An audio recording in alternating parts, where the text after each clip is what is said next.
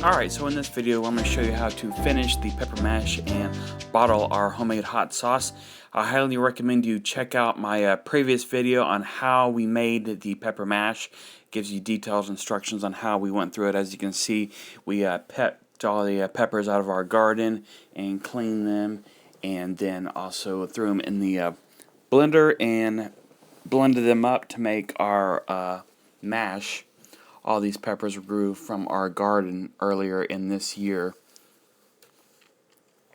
So we blend them up, and as you can see, we get a mash that we're going to let ferment on the counter, no refrigeration.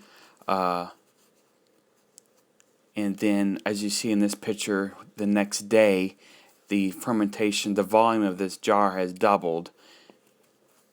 And actually I had to put it into a larger jar because, as you can see, it overflowed on the left one.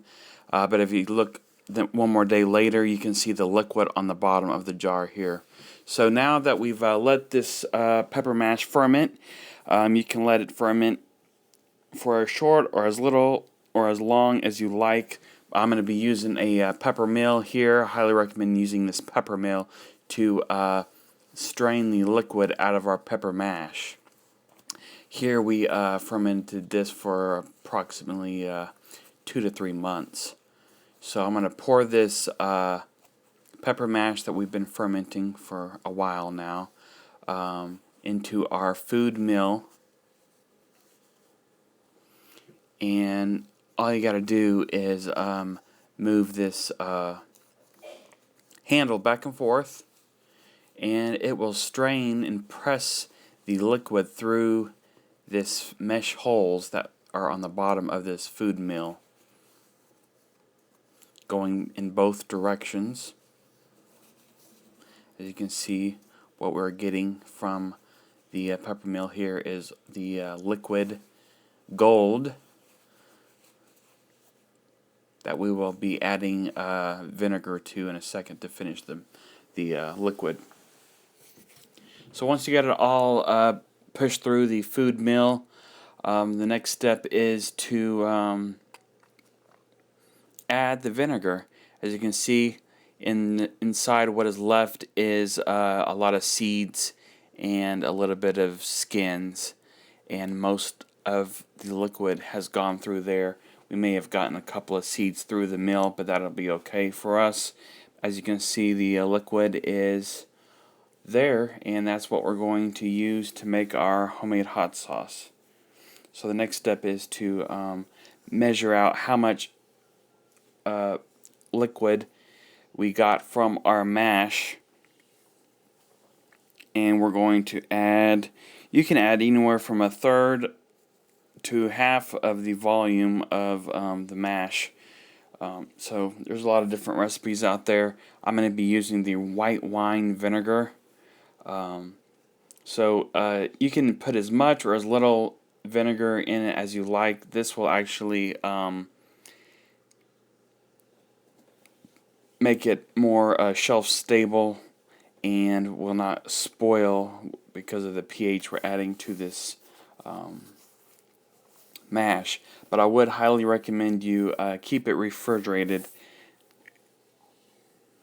nonetheless.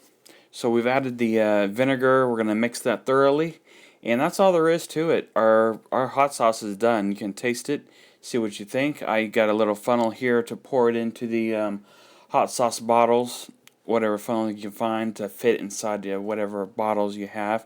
These bottles I did find on Amazon, a pretty good deal. I'll put the link down below in the description. Came with the bottles and the little stopper and a lid all in a kit, so it was pretty easy and handy to do. So I'm just going to fill these bottles up, and we have hot sauce. This will make a great gift for the holidays coming up here. So this stuff is pretty hot. We used a nice variety of peppers from our garden this year. This is a blend of peppers. So I'm going to use this little stopper.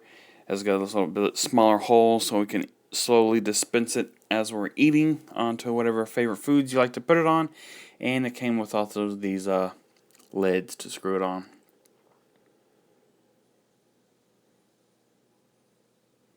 And that's all there is to making your homemade hot sauce. The longest part is waiting for the fermentation to begin. Just stick on some labels so you know what exactly are in your favorite bottles. Maybe make a few different varieties. As you can see here, we had vine ripened vegetable garden grown peppers, which included Tabasco, habanero, poblano, serrano, banana, and a few bells for volume. So that is our pepper mash for the 2014 vegetable garden growing season. Has finally come to an end, and we've let this ferment for a while, and hey, this stuff turned out quite well. I'm very happy with this. I highly recommend y'all try it out. Check out my previous video to learn more about how to make this pepper mash and how to ferment. So thanks for watching. Make it a great day.